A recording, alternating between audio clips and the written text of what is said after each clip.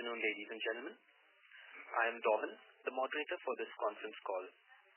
I thank everyone for joining us today for the Ircon International Limited Q3 and 9-month FY24 analyst conference call. At this moment, all participants are in listen-only mode. Later, we will conduct a question and answer session. At that time, if you have a question, please press star and 1 on your telephone keypad. Today, we have with us the senior management represented by Srimati Ragini Advani, Director of Finance, Shri B. Mugunthan, Chief Financial Officer and Executive Director of Finance, Shri Alin Roy Chowdhury, CGM Finance. I would like to remind you that some of the statements that will be made in today's discussion may be forward-looking in nature. It is subject to several risks and uncertainties, and the actual results could materially differ. I would now like to hand the conference over to Srimati Ragini Advani, Director of Finance, for the opening remarks, after which we will have the forum open for the interactive Q&A session. Thank you, and over to you, madam.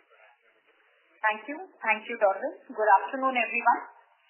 I am Ragini Advani, Director of Finance Ircon.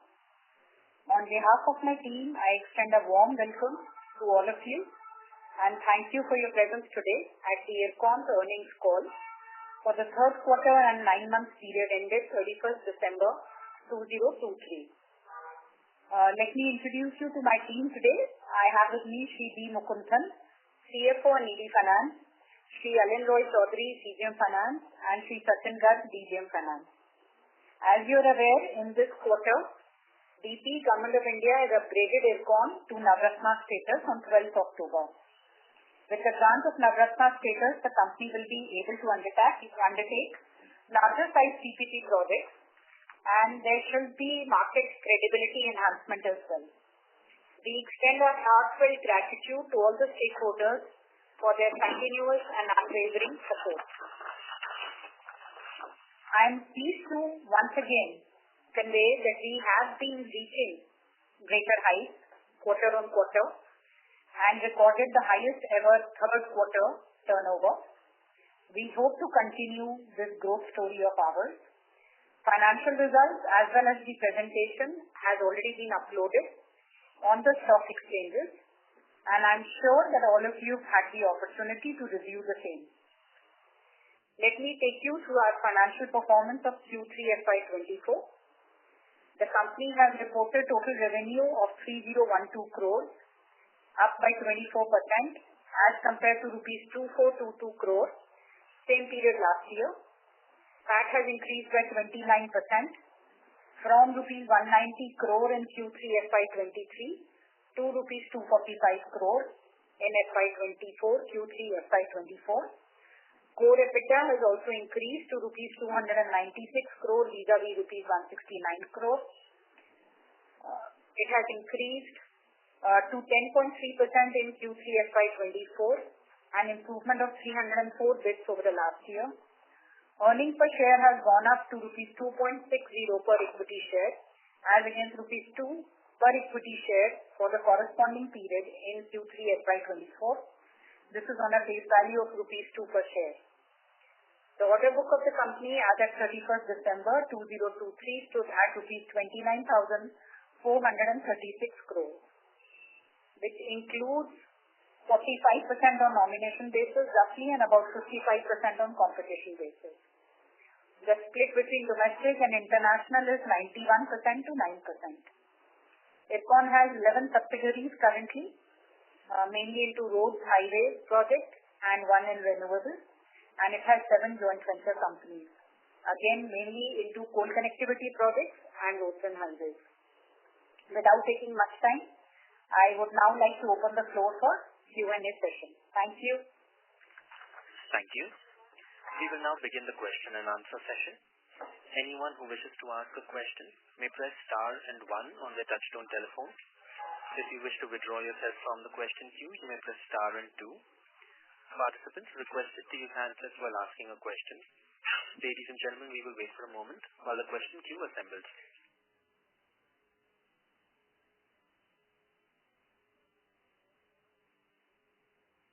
first question is from the line of Sujit Jain from Bajaj Allianz Life Insurance.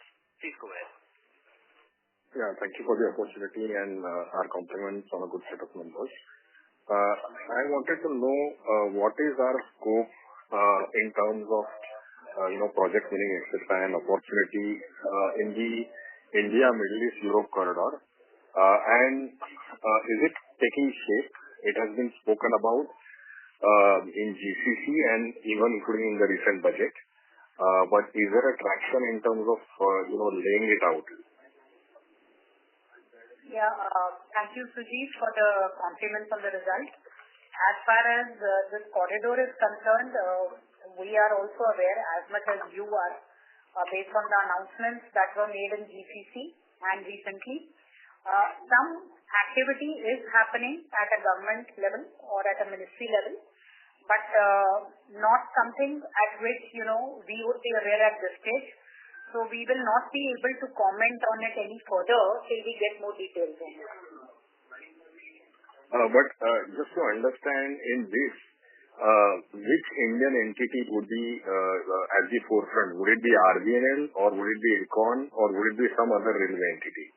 Nothing has been so far discussed in those lines. I think it's still at a preliminary stage. I don't think those discussions have right now been done or deliberated. Sure. And ma'am, just to understand the difference between us and RVNL, is it safe to understand that we engage in material sourcing and management of overall contracts as well, and so therefore our staff is much higher than let's say an RVNL? Yeah. So our model is that we actually work like an EPC company. Therefore, we will do certain works in-house. We will have material procurement, design, and many other works that we like to do ourselves. And that is the reason we have that kind of staff strength or manpower available with us. Sure. And do we also eventually intend into getting into consulting business, which is more like a DPR, viability, etc., which is mainly done by RISE? Okay. So there are two things. One, we offer a concept to commissioning to all our clients. Two, we have a subsidiary called IISL, which does CMC as well as some of the initial consultancy work. But typically, where consultancy work is alone, standalone, either we will have our IISL, the subsidiary, to do to some extent, but we may not like to do that directly in our company if it's pure consultancy, because then, a consultant versus an EPC, there could be a conflict of interest going forward. So that is where we tend to prefer going into EPC role, because that's where our strength is. But if it is a part of the overall opportunity, then we are definitely also doing that. Yeah, and just to understand more about the 11 subsidiaries that you spoke about, are there any asset ownership businesses residing in those subsidiaries? And what is our position there in terms of capital allocation? Will we undertake, will we not? Other than IISL, which is a project management consultancy company, essentially, rest all are asset-owned companies. They all have assets. But these are long-term PPP assets that you have. And in the field of railways, or it is in the field of other infrastructure? Yeah. So our joint ventures are in railway connectivity projects. Our subsidiaries are mainly into roads and highways. There is one which is in renewable and the rest are roads and highways. Sure. And in terms of more capital allocation to asset-owned projects, what is our thought process? Yeah, so we'll continue to do that as well.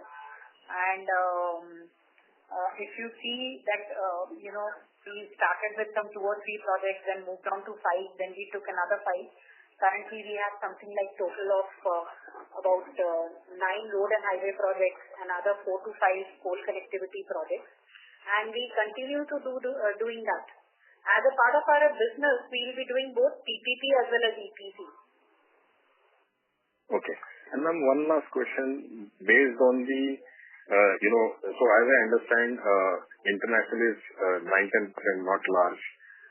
Right now, the IMEC corridor, that is at a very conceptual stage.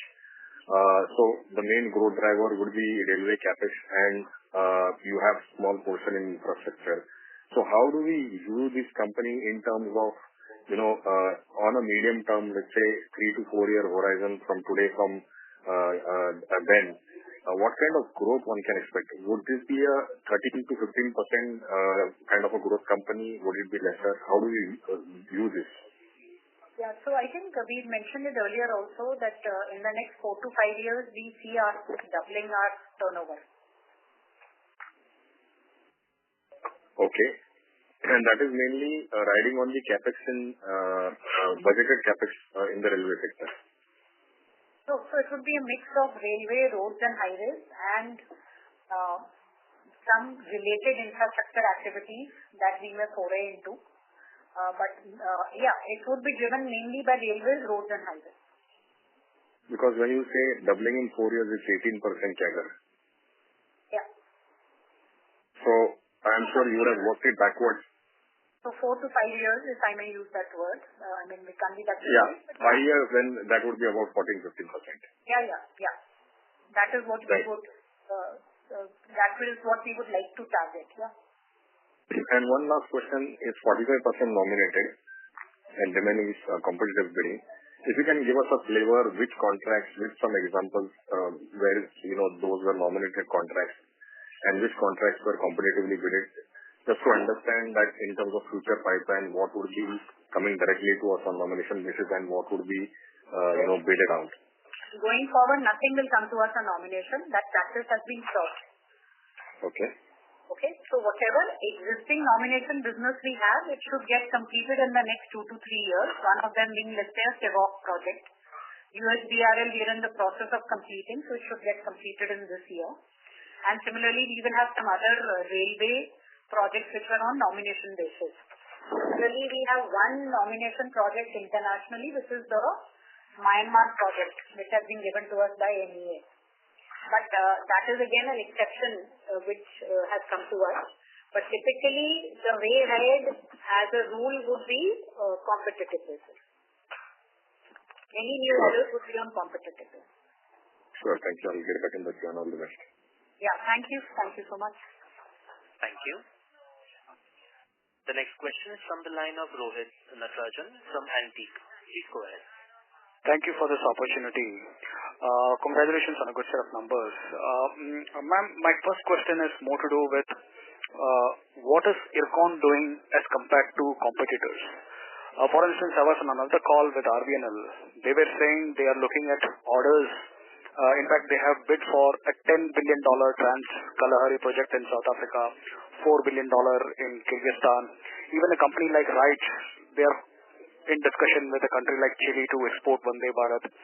Whereas Ircon, by design, was supposed to be an international railway execution agency as well. We have had a rich history of doing projects in the past in international countries like Sri Lanka. We were talking about Malaysia, Singapore 1MDB, that particular high-speed rail contract. Somewhere this international picture is nowhere to be seen in the discussion stage. Where exactly is that disconnect? So, while I may not like to comment on what RVNL and Wright are doing, but from Ircon perspective, yes, you are right. We were internationally very strong till about a couple of years back. So much so that we had most of our turnover coming from Ircon or international projects. And we continue to enjoy that credibility or that respect that we have in those countries. In the past, the jobs that we got internationally were of two types. One, which were mainly funded through some kind of government grants or MEA funding. Two, the projects which we negotiated on a one-to-one basis and managed to get good returns thereon. There have been changing scenarios all over the world. It is not that Ircon is not making efforts. We are making efforts. Right now we are doing it in our neighboring countries as well as in Middle East. But having said that, the window which is right now currently drying up is where, Government of India or MEA used to fund projects. That kind of projects are not coming as of now. They may be coming in future, and we are very much in touch with MEA. As far as one-to-one projects are concerned, typically most of these countries, when they talk of such large-sized projects, are also looking for project financing. It is not that they're sitting with this kind of finance and they just want you to come and execute. The project financing by itself is a difficult task if Government of India is not a part of it. And therefore, when we are looking at international projects, we are essentially trying to look at the projects where either they have already tied up the financing from somewhere and we are doing the EPC, or where we are confident we'll be able to manage some kind of a structuring in which those kind of financing would be possible. Having said that, yes, we still need to work a lot on our international business. Our business development and marketing teams are looking into it. So is our CMD. But what is very important is to really understand that which are the projects which are tangible and which are actually on paper, and which are the projects where we are looking at some kind of an MOU and not knowing when they are actually going to come ahead. So I think I'll leave at that point. And I think it would be best if we speak with our results as and when they happen. Sure. My second question is more to do with the domestic opportunities. There was a time when all this network debottlenecking, electrification, doubling, all those orders came to you nomination. But if you look at the National Rail Plan as such, the scope of conventional works is very limited. Going ahead, the capex is largely confined to high-speed rail, rolling stocks, and dedicated freight corridor, where technically speaking, Ircon hasn't proved its credential. Probably a dedicated freight work could be an exception. Both high-speed and dedicated freight corridors, Ircon has the advantage. It's the only CPSE which has that credential. But ma'am, we haven't seen winning yes, there is one particular tender that you may be doing in Gujarat part. But when you look at the overall scheme of things, you will have to fight with the remaining players as such, private players. The market share is dramatically reduced over there, even within the overall scope of things. So, okay, yes, there are two things. As you rightly pointed out, when we talk about National Rail Plan or any of the railway capex, it is split between what I may call as rolling stock and the areas which Ircon may not be into, and the areas where Ircon is into, which would include doubling, tripling, whatever of the lines, having new lines, modernization, F&T works, electrical works, and then having semi-high-speed, high-speed kind of networks as well as dedicated freight corridors. So on the latter part, I would say as of now, whatever has been there, the budget is easy between 30 to 50% of the total. It's not a low number. So, it is not that because the rolling stock has come, these numbers are low. In fact, these are quite significant. As far as competition is concerned, yes, there is a competition amongst serious players, good players, and that is what Government of India wants. And we are happy to participate in that competition and get the jobs. The advantage with Ircon has been that one, we have the credentials, two, we do a lot of work in-house, and we have that kind of requisite experience and the quality. So, per se, the market share is depleting as of now for Ircon in certain areas. But that's a very temporary phenomenon because a lot of players are coming in small ticket size jobs, wherein some of them have been quoting numbers which are not even covering the cost if one was to look at those project estimates. But we are fairly confident of our skills as well as the fact that we should be able to get some of these complex and reasonably sized jobs. Got it, sir. Then finally, when you come to the order inflow part, last time you said you have placed bids for 50,000 crore projects as such, and you were confident to win some 5,000 crore kind of number. But when you look at the execution, you require... I said the bid for 50,000 crores. I didn't get you. Hello, ma'am? Yeah, anyway, please carry on with the question. Yeah, ma'am, my point here is the order inflow for this year, this fiscal, that is FY24. What is the realistic number one should be looking at? And My second part of the question is, are we really going into the road projects with BOT toll model? Is that in our cards? So there are two things. Again, one, I did give a message in the last con call, as well as, that we have been going low on our order secure or input. That is something which has further come down from the estimate that we had thought in Q2. Till date, I think we've had order size that we've secured in this year of currently about in the range of 500 crores. And since we're already sitting in mid-February, and some of the big ticket jobs which we were anticipating should come this year are not likely to come because of various reasons. There could be political scenarios, there could be delay in decision making at some of these client ends. So I don't see this number going very high in this financial year. But some of our efforts of this year should give us good results in next year in terms of orders. In terms of the BOT projects, we will continue to focus on road and highway projects. We will also be doing EPC as well as PPP projects. BOT specifically is something that we will be examining on a case-to-case basis. We have taken up 2 or 3 BOT projects in the past. So based on how we see them, we may be looking at them whether on a standalone or on a JV basis. Thank you, ma'am. Thank you. That's it from my side. Yeah. Thank you. The next question is from the line of CA Akash Dhanuka, an individual investor. Please go ahead. Good afternoon, ma'am. Ma'am, in the last conference call, you had upgraded your guidance with respect to the revenue part to 15% over the last year, which means that we'll have to achieve around 11,900 crores. And that would mean that in Q4, we'll have to achieve over 3,300 crores. So are you on track to achieve that? Will we achieve that number? Yes. Okay. It could be a 200-300 here or there, but we are there pretty much. So I mean 11,600 we'll touch for sure. Yeah, 11,500 is something that we should be touching. Yeah. Okay. The other income part, ma'am, you also said that we'll be touching 550 crores.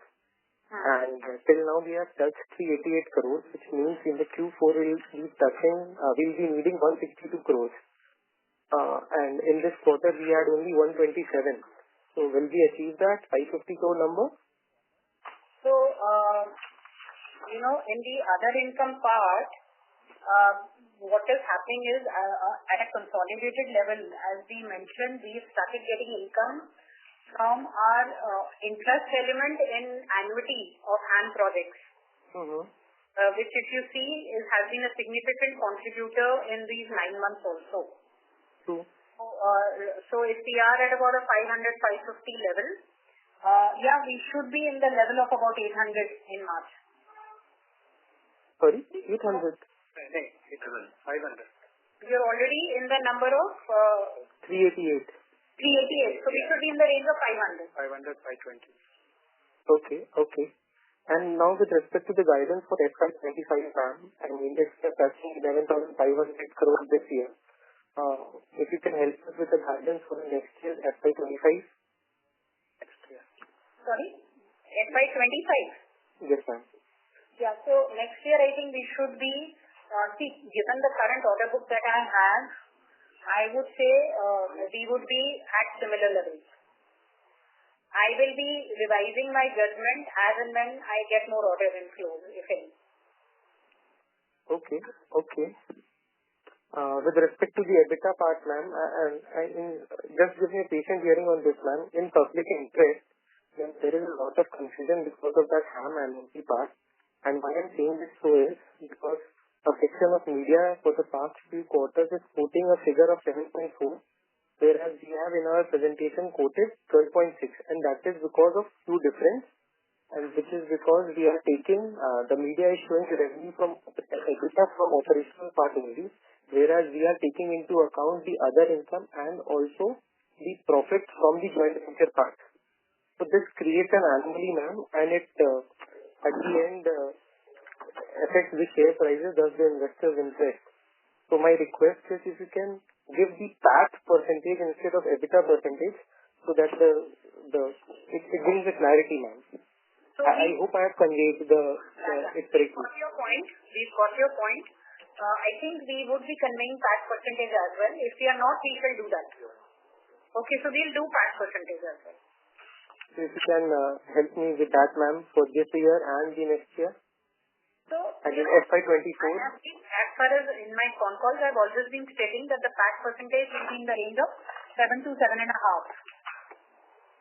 Okay, and for the next year, ma'am, it remains the same. PAT percentage, I've been saying that we'll be maintaining at that level. Okay. Yeah. That's it, ma'am, from my side, and all the best for the future. Yeah, thank you. Thank you. The next question is from the line of Shreyans Mehta from Equirus. Please go ahead. Yeah, thanks for the opportunity. Ma'am, just wanted to understand, since we have a lot of JVs into rail connectivity, and I believe we were probably expecting them to be, up and operational by 24 end of 25. So is that, on cards, and how much of that income, will we see in the JV share of profits coming through? So, in the coal connectivity projects, two of my JVs, part one, if I would call phasing of those projects, are already commercial. So in Chhattisgarh, I have phase one, which is already operational. And NCRL, though of course we have now mentioned that it may be taken over by railways, again the phase one was operational, or I can say it's still operational. Now, in the Chhattisgarh project, where the phase one is operational, there have been certain losses because the traffic has been little lesser than the overall expenses. Which this has been the first quarter where we had some good marginal profits, but otherwise ever since operations there were certain losses. The rest of the projects which are right now under construction, they should be getting completed by some partly by the end of this year and some by the end of next year. So the actual benefit of coal connectivity projects should come 2 years from now. Got it. Okay. Yeah. And it takes some time for them to stabilize, because once you have these coal connectivity projects, the coal companies have to have that kind of, the fact that some of their traffic is already going by truck, and they also need to have certain accessories and certain yards and linings and all in place. So there could be some mismatches. That's why I'm saying it should take 2 years for it all to stabilize. Got it. Sure. Ma'am, in terms of your order inflows, as you mentioned that probably there were certain projects which we were targeting and are yet to be awarded. So in terms of, the projects which have already been awarded, so is it fair to assume that it is primarily because of competition or something else, which we need to introspect into? So the couple of factors again. The first thing is the big ticket complex orders that we were looking at, some of them are delayed. That is where our forte lies. Some of the projects where we bid, again, there were two categories. One where we were quite close to being L1, but did not get it. Some were where you had something like 20 to 30 parties quoting, and again, it's gone at a very indecently low price. So that is what I'm talking about, the domestic segment per se. And internationally, again, certain projects that we are trying to get. That is something which we are trying to, it takes time because as I told you, this is not coming through an NEA or a government grant route. So it's taking us some time to get those moving even on the international front. Certain projects which we have bidded, the results are still awaited. Now, given the kind of scenario right now in India, in terms of political, the elections coming up, etc., there could be further delays in certain tenders or bids that we were targeting, or certain results which we were targeting that they will come in this year. So it's a mix of everything. It's not just competition, but yeah, it's a mix of everything. Got it, sure. Yeah. And ma'am, in terms of clarification, when you mentioned that probably we expect to grow say at some 15%, 20% CAGR for next year, and we need to double our revenues. So if I just do a rough ballpark calculation, probably we need order inflow to the tune of say around 15,000, 20,000 odd crores on a yearly run rate basis. So how confident are we, in achieving that? So, there's been a year when we moved from 26,000 crores to 41,000 crores. Right. In terms of order books. So the confidence is there. But it is such a dynamic market where we are working in. And as I also mentioned earlier, that there are a lot of these fly-by-the-night players which at times trouble us, or in fact some of these serious players. So given all these factors, the confidence is there, the growth overall in infrastructure segment shall be there, both internationally as well as domestic. But on the other hand, we want to be doing projects which are serious projects and where ultimately we are making profit. We do want to increase our top line or the order book by knowing at stage 0 itself that it will be into a loss.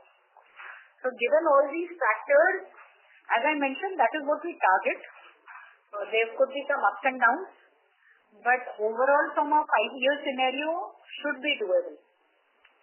Got it. Ma'am, and in terms of investments, what have we done till date?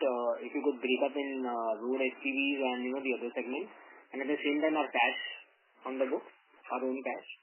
Our own cash on the books is about 700 to 750 crores. And in terms of the amount that we've already put in JVs and subsidiaries is about 2,300 crores. We have another 1,000 crores that we have to invest. And I think in this year we've done about 200 crores, 150 to 200 crores. So this 2,300 also includes the roads, right? Yeah. This is roads and rail connectivity and renewable projects that we have. Right. So just to clarify, 2,300 odd crores is what we've invested and 1,000 odd is what we need to do over next 2 to 3 years. Next 2 years, yeah. Next in fact, little lesser than 2 years, yeah. Okay. And then last question from my side, in terms of the solar power project which we are doing, what's the status of the has the construction started and when will it be operational? So I will ask my CFO to address this question since he's directly looking into this. Sure. Yeah. Good afternoon. Currently, we have acquired or done the lease deed for about 70% of the total land requirement. We have already started constructing 4 blocks and our other assets like pulling substation and transmission lines are under construction. We were targeting to partially commission the project by 31st of March, but there are some impediments which are there which needs to be sorted before it.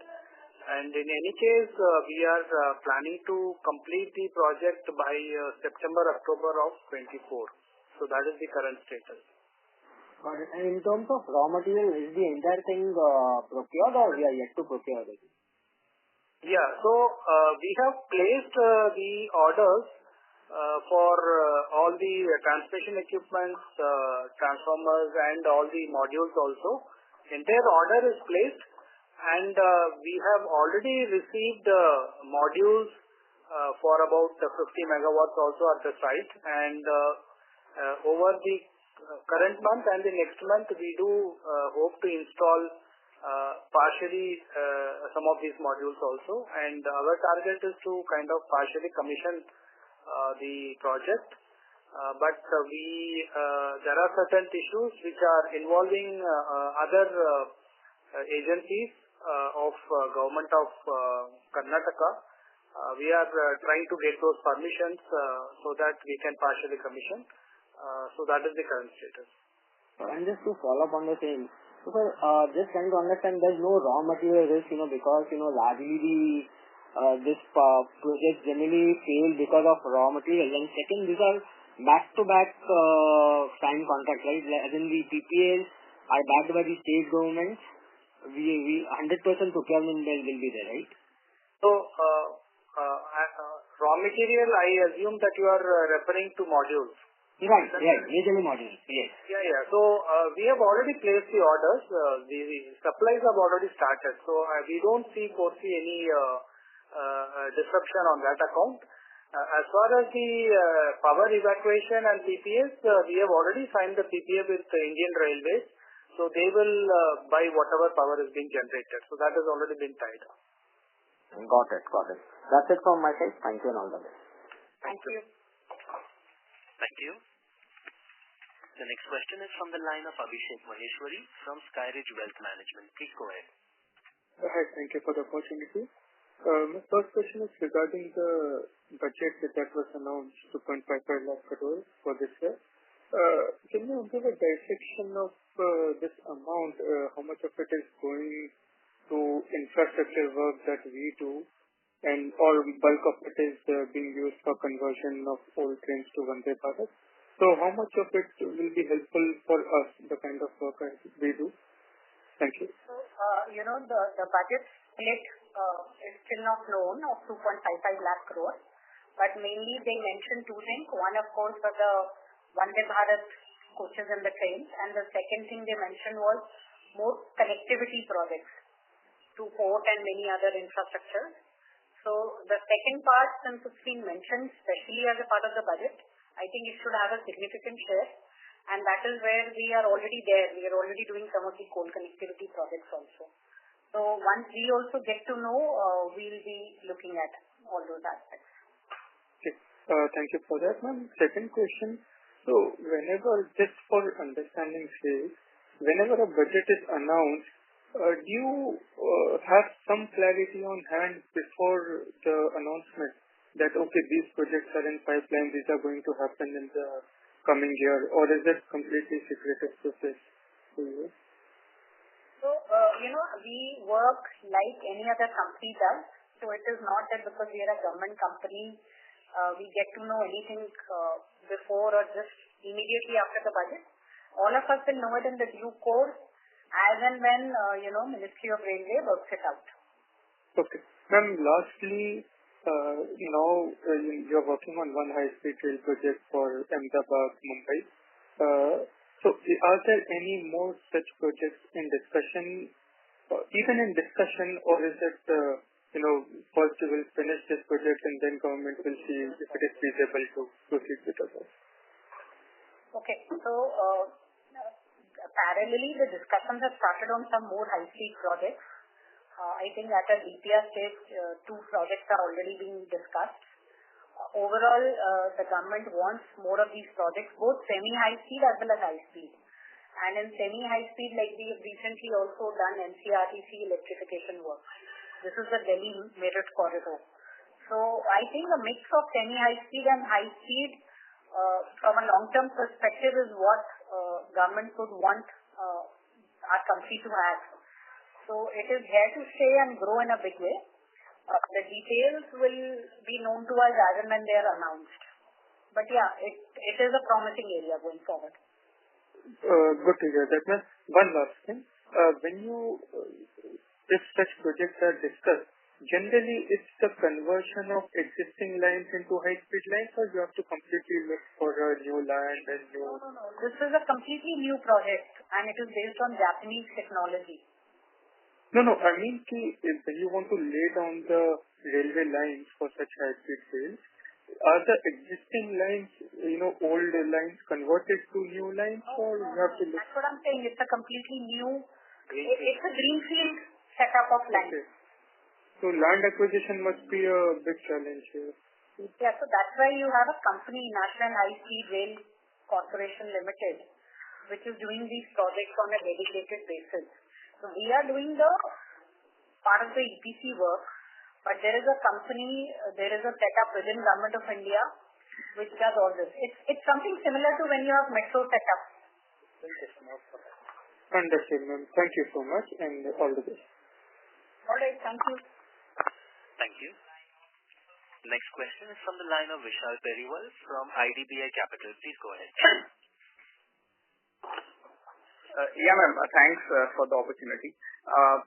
In awards, ma'am, can you clarify, like in railway sector, is there any data available that what was the total award for the sector as a whole in this year, last year, anything that you can provide to Kanda? So, I think you're talking about Ministry of Railways awarding? Yeah. Yes, ma'am. No, I will not have that data with me because, that data is, every zonal railway will have their own set of data. Then there will be certain centralized projects. Also, different departments, civil, mechanical, electrical will have their own set of, at company level, I may not have that data. Okay. No, but the capex number, which generally it's shared in the public and everywhere, so that is combined of all the zonal railways and everything, right? Okay. And second, you mentioned there were like 30 parties in one of the orders that was bidded. So can you give some color, like where exactly this competition is? Is it in the station development side or a traditional railway work of laying lines? If you can just give some color. Okay, so this particular one that we're talking about, it is a railway project. It's not in station development, I think. Let me just look into this one.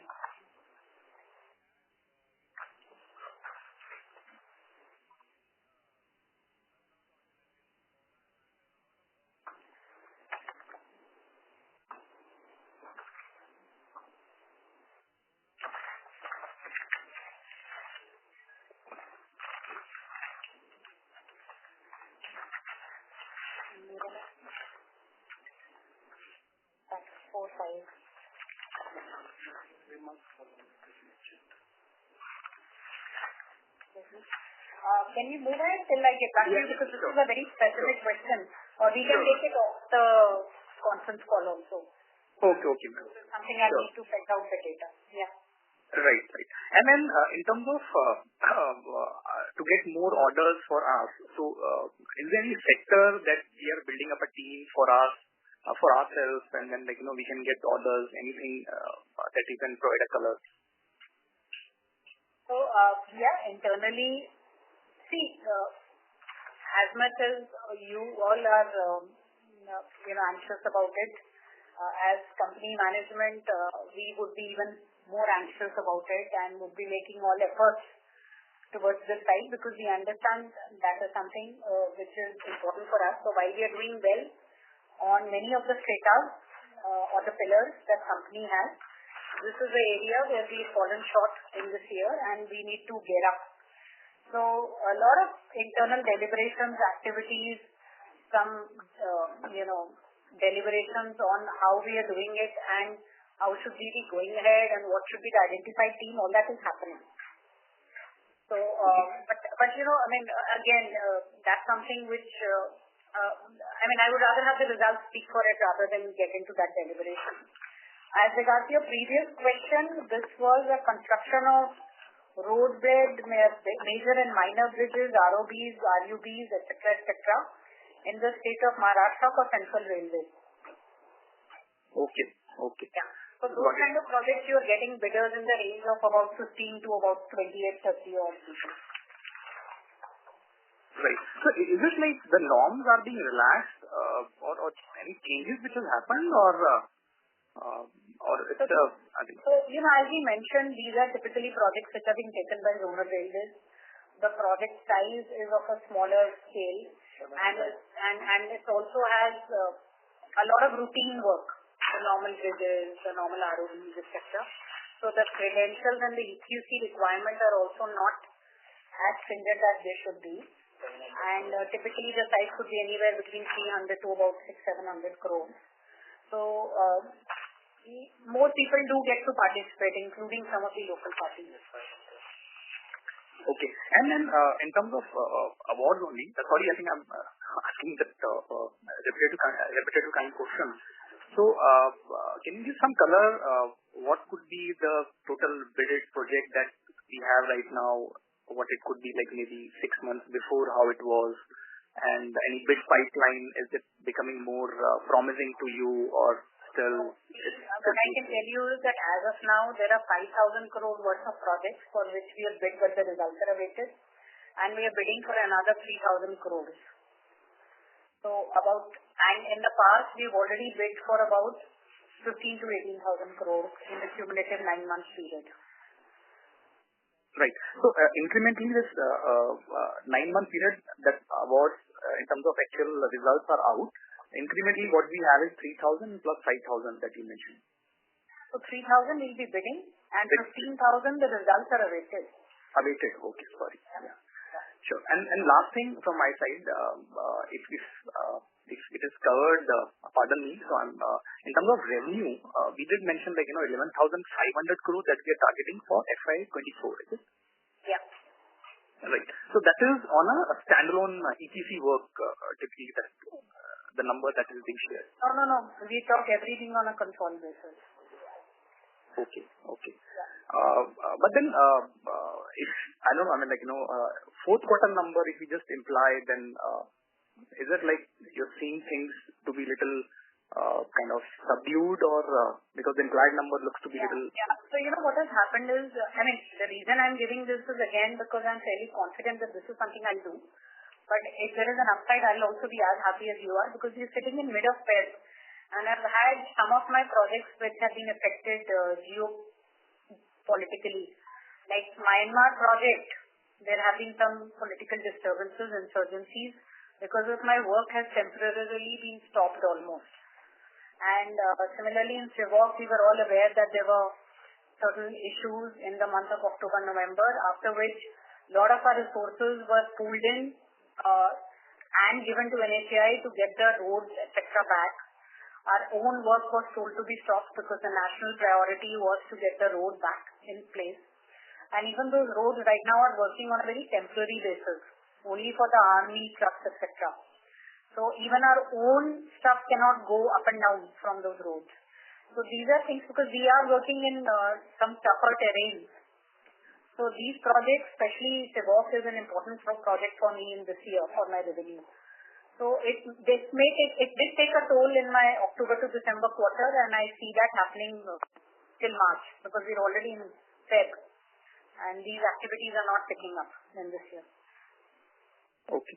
But if I look at your quarter 3 numbers, I think double-digit growth that we have shown. So maybe there are certain projects which are compensating for that. So can we expect the same continuing in quarter 4 also, or?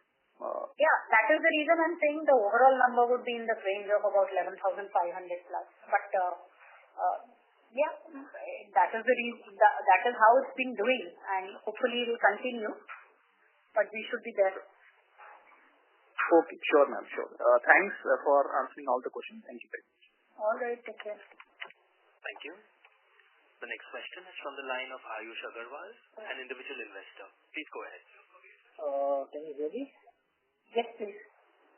Right. So I was looking at the numbers reported this year, this quarter, and when we look at the consolidated versus standalone for December 2023, I noticed that the standalone number for December 2023 has dropped compared to December 2022, while the consolidated number has increased.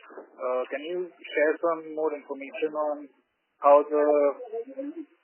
I mentioned that on a standalone basis, some of my projects had a drop. Like I just give an example of Sivok and Myanmar, both domestic as well as international. So on standalone, all those have taken a toll on my results, if you were to see it vis-a-vis the previous quarter.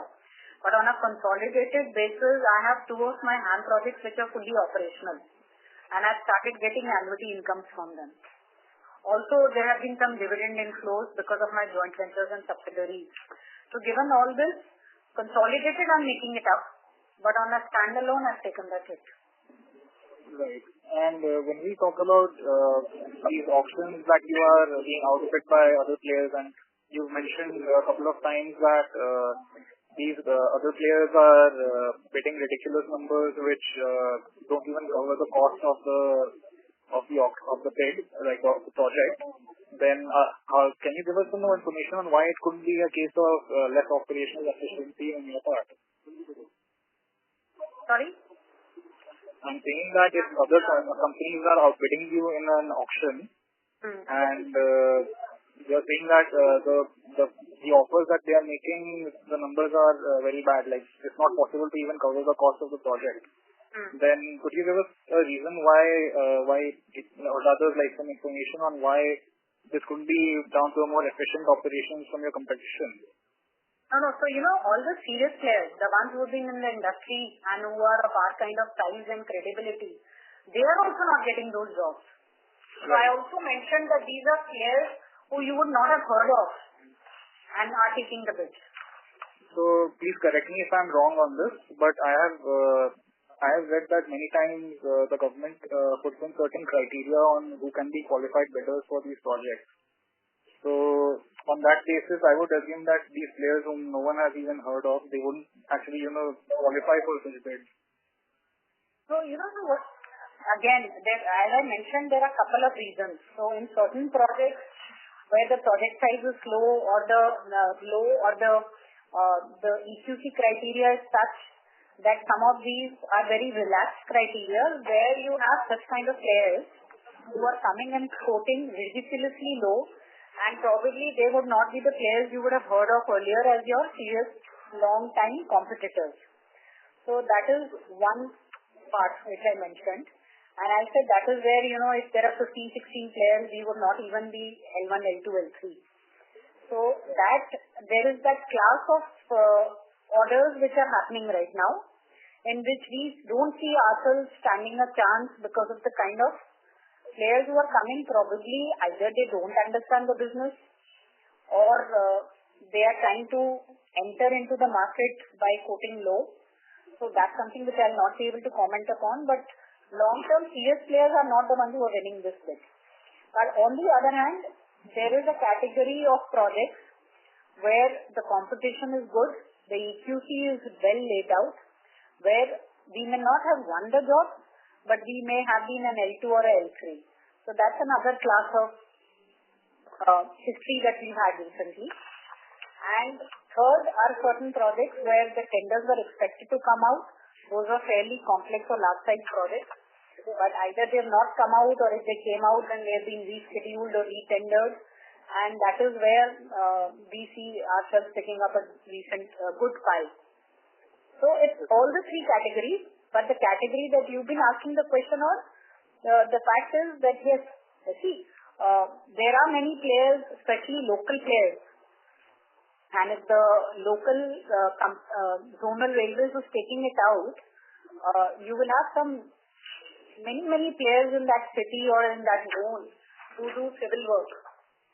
And you may see them doing the civil construction work and similar activities for railways as well when such tenders come out. So the idea is to see if they'll be able to perform at that price. So when you say that because of these projects getting delayed because of elections and environmental reasons and stuff, does that mean there will be a spurt in a particular year, or does that mean it will be a long-term increase year over year for these new projects which were delayed? So what I'm trying to say is that as of now, going forward for the next few months, we expect there to be a lull. And whatever projects we are already looking at, we should be looking them coming after a few months. And then from there onwards, it should become a regular feature. So this should be a short to a mid-term issue right now. Okay. My last question is regarding your EPC and modernization projects like the Japanese rail project that you are working on. I wanted to know, as a business, how much of R&D is a part of your business strategy, or do you generally rely on other parties to create technology and then you implement it in your projects? So the high-speed project has been taken by Government of India based on JICA loan on Japanese technology only. So there is no R&D or technology improvement that India is doing from their side. It's a well-established technology in Japan and which is being imported into India, and that is how the high speed is being set up.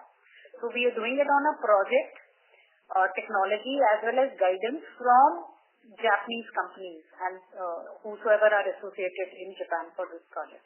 Right. What I actually meant was, how does this, affect your, the technologies that you can offer in your bids for other projects, even in the conventional and... Technology in our kind of job, it is owner driven. What we do is in EPC. EPC में R&D and technology बहुत significant part नहीं है. Wherever it is done, it is taken with the help of our this thing. But per se, it is not a critical factor for our kind of business. Understood.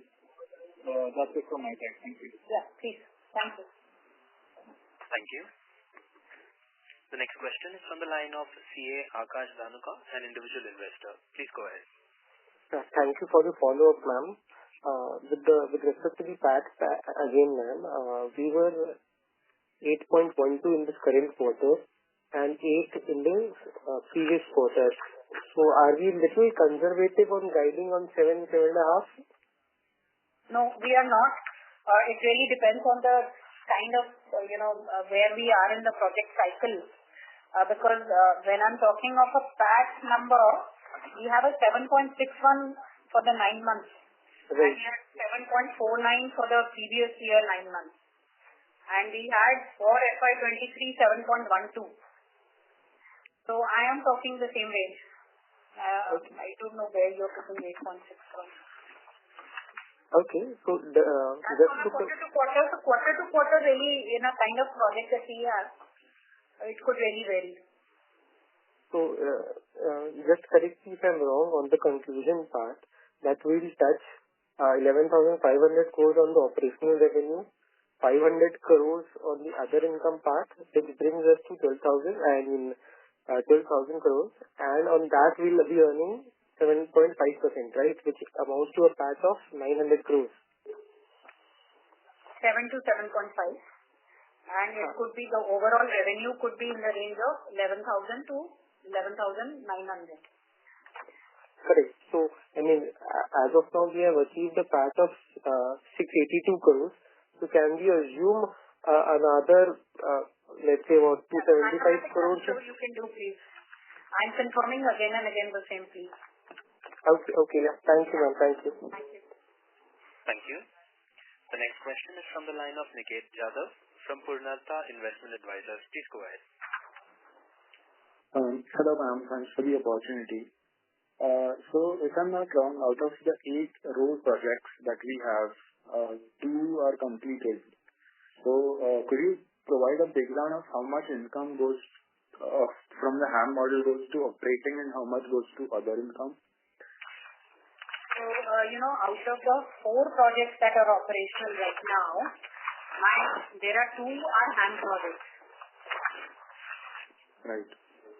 So, out of the 2 HAM projects that I have, my interest income that I earn from them is roughly 130 odd crores. Yeah, 140 crores. 140 crores. Okay, thank you, ma'am. All right. Thank you. The next question is from the line of Rupali, an individual investor. Please go ahead. Hello.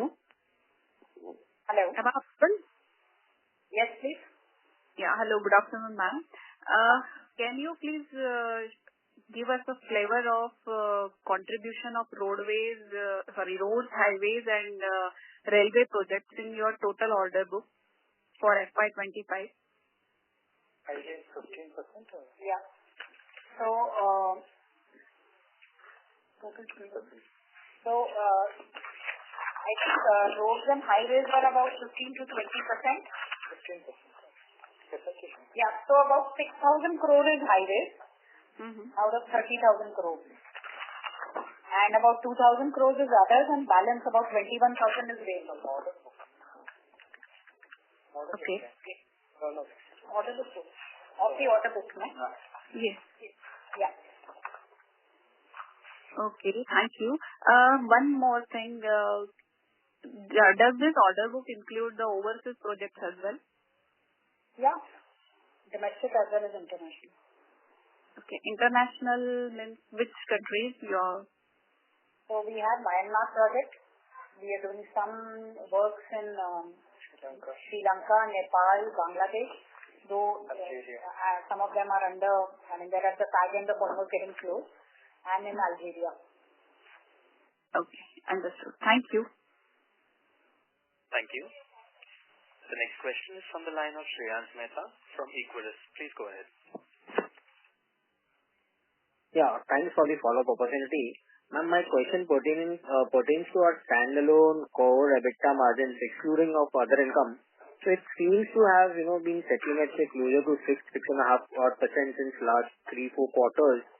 So assuming, that we are expecting a 15% growth year over year, so can we expect, that margins are stabilized here and, once we scale up, then economies of scale can play out and this margins can actually go upwards of say 7.5?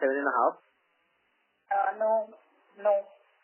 It's not about economies of scale. It is about the competition and the fact that the jobs are going at very, very thin and competitive margins.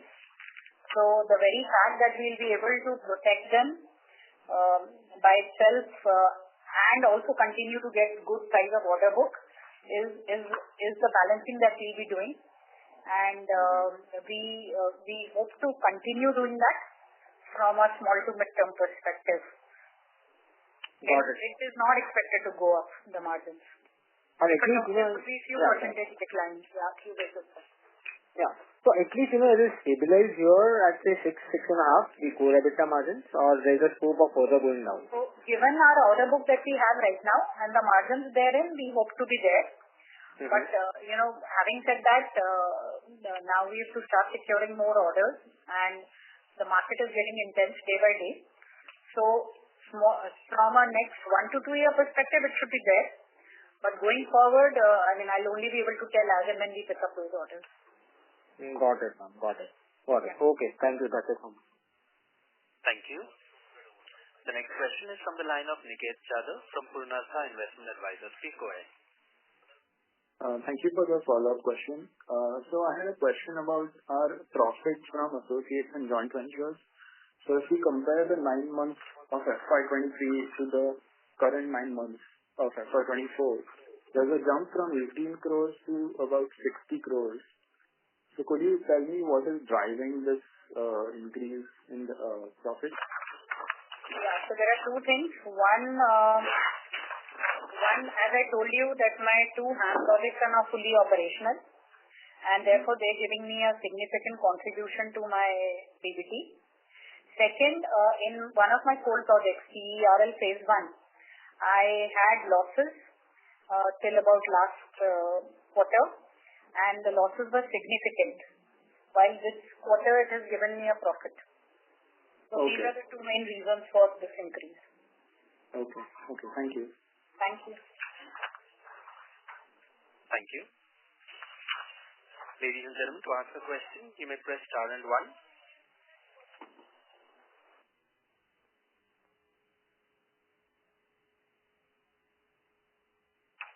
To ask a question, ladies and gentlemen, you may please press star and 1.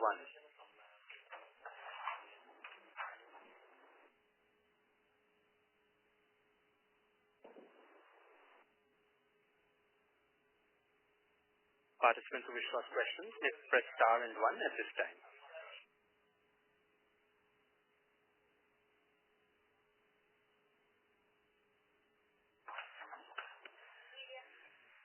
Ladies and gentlemen, we have no further questions. I would now like to hand the conference over to the management for their closing comments. Over to you, ma'am. Thank you. Thank you so much for moderating the call, Mr. Dowell. I would also like to thank all our shareholders, business partners, analysts, investor friends, and the overall stakeholder community who have shown continuous faith on us and supported us throughout the journey.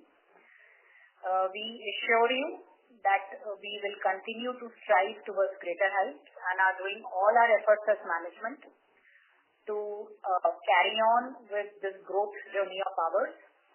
We would be happy to connect with you on one-to-one basis for any other further queries that you would have and take it forward. I conclude today's con call and thank you once again for your participation. Thank you everyone and good evening. Thank you. Thank you all for being a part of the conference call. If you need any further information or clarification, please email at sachin.garg@ircon.org. That is sachin.garg@ircon.org. Thank you everyone for joining this call. You may now disconnect your lines.